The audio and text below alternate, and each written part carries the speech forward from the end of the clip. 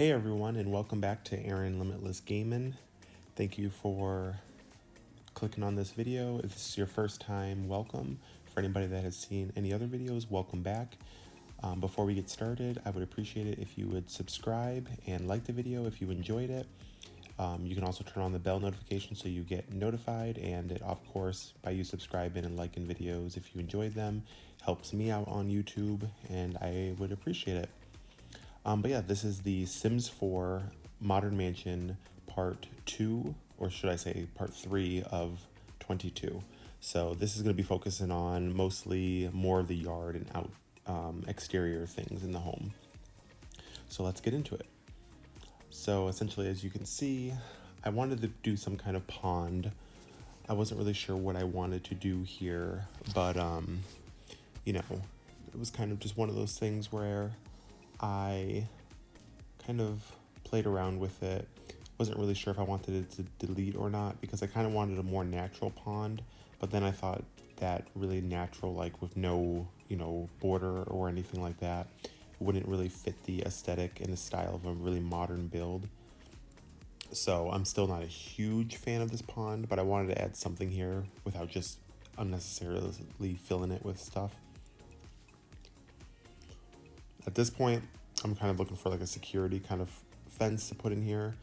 I wasn't finding exactly what I wanted, but as you can see, I kind of played around to decide what kind of fence I wanted to have. And then I actually found this one. I thought this was a little contemporary, not super modern, but it kind of still fit the aesthetic overall. So I decided to go with that.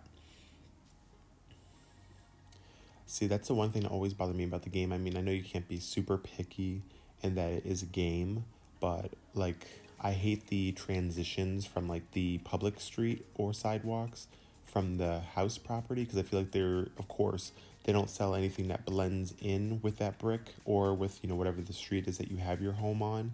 So it's just one of those things where, I mean, I guess it's kind of like real life, but I feel like it's just such a stark difference. I wish there was something kind of in the middle that you could like change it. But I mean, when worse comes to worse, I guess it's just kind of one of those things where people that play the game kind of already know what to expect when it comes to like building and everything. So anybody else, when you guys play this game, I don't know if you've played the other Sims, but have you ever noticed that? I know it's supposed to be a lot easier to build, and I would agree certain things are, but maybe just because I'm used to the Sims 3, and then before that I really didn't play 2. And the Sims 1 I probably have 10,000 plus hours in. So the building is just completely different, even from the Sims 3. So for me, it was like getting used to all the different ways everything like builds automatically. I mean, it is nice to be able to like stretch a room if you decide you want to make it bigger versus, undoing it and then having to, expand. But it does make it harder to learn like new practices on, just how to like make the higher walls and all that kind of stuff. Like you can see, I mean, I'm getting better and better at it, but it definitely takes some getting used to. So as you can see here, I kind of go back and forth on what I want to do.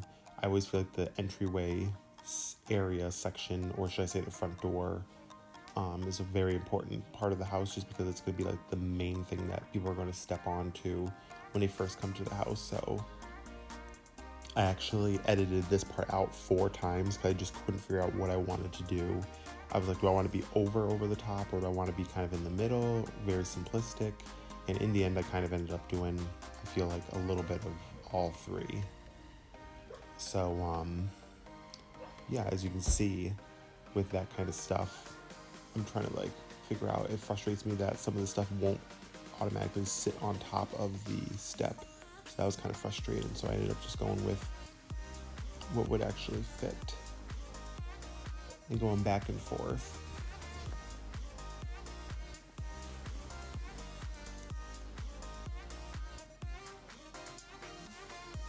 It gets so hard to film here sometimes. I get so frustrated because it always feels like when I finally have like a complete quiet area to film, it just seems like they're either like the building I live in, the area, they are like renovating the entire thing, like they're putting in new sidewalks, lighting, tons of new buildings are going up, restaurants, bars, stores, other loft complexes, etc. So there's usually noise from that. Right now it's kind of paused because we're in winter at the time of filming this, but then it's like right now my dog, of course, she's having like nightmares, and then it's like I hope the thing doesn't pick this up. It is a directional mic, so it shouldn't be too bad, but it just always paranoids when I hear a little sound. It's like, okay, did that come up on the thing? Because it is a pain to try to edit those out after in post, and it's just extra work. So it's kind of just, I try to just be aware of when I film and try to knock out all of these filmings. So if I'm going to be talking about stuff, I try to keep it game related for my gaming channel, just because it's easier to narrate that versus, for example, if I do 4 of these videos in a day, I might not have that much stuff to talk about, even with the speed build, with the speed sped up. But, I don't want to, because you'll kind of notice like, oh, this must have been filmed the same day because he's talking about the same stuff. So I usually try to stay, focused on the game, but sometimes there's just not that much interesting to talk about, or it's pretty self-explanatory. Another thing that I've always kind of found boring was making the windows in the game. I mean, I love the windows in this one, but it just feels like it takes forever to pick out the perfect windows, especially for a house this big. But I thought they came out actually pretty good. I love these waterfall shower heads. I'm not sure why I exited out. Oh yeah, I just wanted to see what it would look like when the game was out. I don't know why, it was something, I can't remember the reason, but I remember it was for a specific reason. But yeah, I love these fall shower heads, not shower heads, rain kind of curtains, I guess. So I think I ended up removing some of them because it felt like it was just kind of a little over the top. I built on this specific place in Brighton Bay, I believe the area is. The only thing I don't like about it is it does put kind of like a light cast on it, like a lot of worlds do, where it can make the colors a little off, but it's not too bad in this one at all. My only thing I don't like about it is, as you can see on like when you're on ground level, for example, I hate that your main view is of the water, but these rocks that are off the property line are blocking your entire water view unless you're on the second floor or above. So that's kind of frustrating, just because I would love to have like that, sprawling water type view. I always try to make, my houses on one of these water view areas in the game, just because I figured like if you're gonna have, this nice of a house, you want to have that killer view. So it's not too bad though, because you can still see the water on the other edges and whatnot and peeking through. And then of course, once you're inside the house, you can see them better and obviously unobstructed once you get onto the second floor, etc. But here I kind of wanted to make it look like a little resort-ish kind of vibe. I didn't want to fill in all the grass, so I do end up leaving that space in the background open, just because I feel like if we have like an event or something, there's extra space to add, tents or whatever, if I have like a wedding in the game. But yeah, so here I'm kind of going through deciding like, do I want like more couch styles? Do I want more like just lounges? I put this down on the list too, is to get more lounges, just because, now that I kind of know what I would want, my goal is to spend about 4 hours next weekend probably and just go through and, quadruple my custom content for the game. I mean, I already have so much, but with having such a high-end computer, I'm not really worried about the thing not being able to handle it anymore. I mean, this thing runs so smoothly even with all the graphics on ultra and recording. So, it is a pretty big beast. I was definitely glad I went with my friend's recommendation when we went and got this computer. I was very happy with it. It was a lot of money, but I definitely think for this game, it's definitely worth it. Because I even am able to, in an unrelated note, if you guys ever like roller coaster games, like Roller Coaster Tycoon, definitely try Planet Coaster, but only if you have a high-end gaming machine, because even the high-end ones can have issues. I've had very, very minimal issues with it, luckily, with this computer, and that's with me running it on Ultra, and that is a phenomenally stellar game to play if you guys like these simulation kind. Probably the second best game after The Sims, honestly. So moving on here, I wanted to build some kind of a day bed lounge, and since the game doesn't really make it and I didn't even think about looking it up for custom content, I decided to try to kind of make something my own.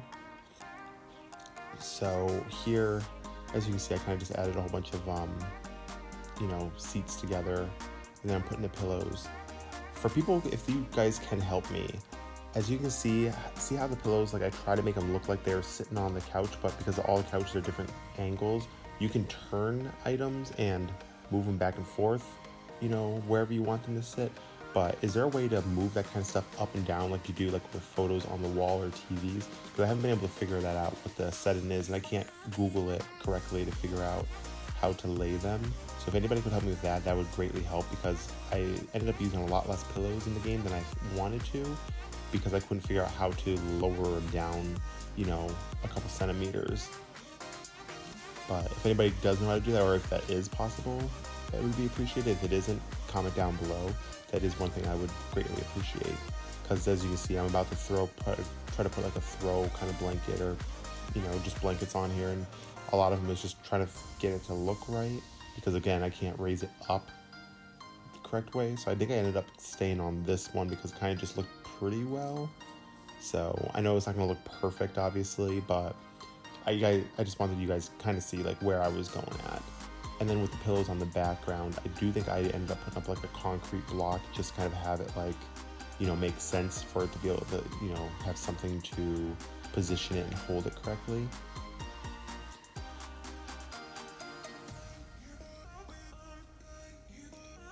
Which at the same time, I guess it kind of allowed me to double it as a, kind of like a stand to be able to put stuff on.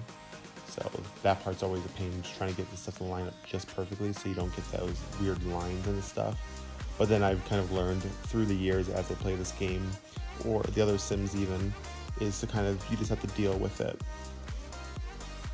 I love those white books. I don't think I ended up using them.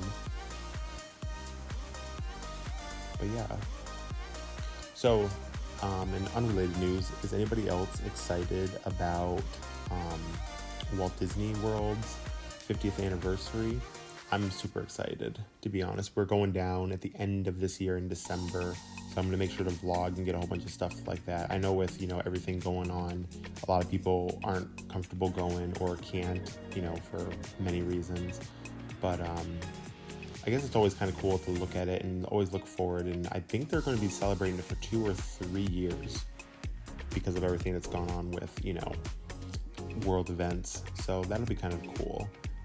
I went a couple years ago, and I kind of was going to go this year, but then with everything going on, it didn't really make sense, and decided if the 50th anniversary is going to be later on this year, it kind of makes more sense to go when everything's going to be done, and they're going to have all the special events. So there's a group of 8 of us that are kind of like, interconnected, that we always hang out and whatnot. And I think my sister and her fiance are going to be coming down for that. So that'll be kind of exciting, hopefully. But yeah, so it was just one random thing I was thinking about that I was pretty excited for, because they just uploaded a lot of stuff on their social media with like their translucent, their new gold and blue color scheme that they're doing at the park. So I'm kind of excited for that. It's just kind of, also a nostalgic factor, I guess, if you love Disney, that it's like kind of like a look back of like, wow, how far they've really come. Mostly for the better. Obviously, I'm not, super thrilled with every direction that Disney's going in, just because they've gotten so big, and corporatized. But I always believe that, eventually it'll get, I always believe that, with the kind of company they are, that it'll get better. But now, as you can see, I'm just finishing up the patio area. I made it a little bit bigger. But yeah, that's pretty much going to wrap this video up for today. I hope you guys enjoyed it. It's going to be more fun once I move on to the inside of the house. If you haven't already, again, I would appreciate it if you commented, liked, and subscribed. And you can check out the next video coming in the following days. I'll make sure to post it on my social media, which is Aaron Limitless or Aaron Limitless 1, depending on where you are. And again, let me know what you think. I hope you enjoyed it.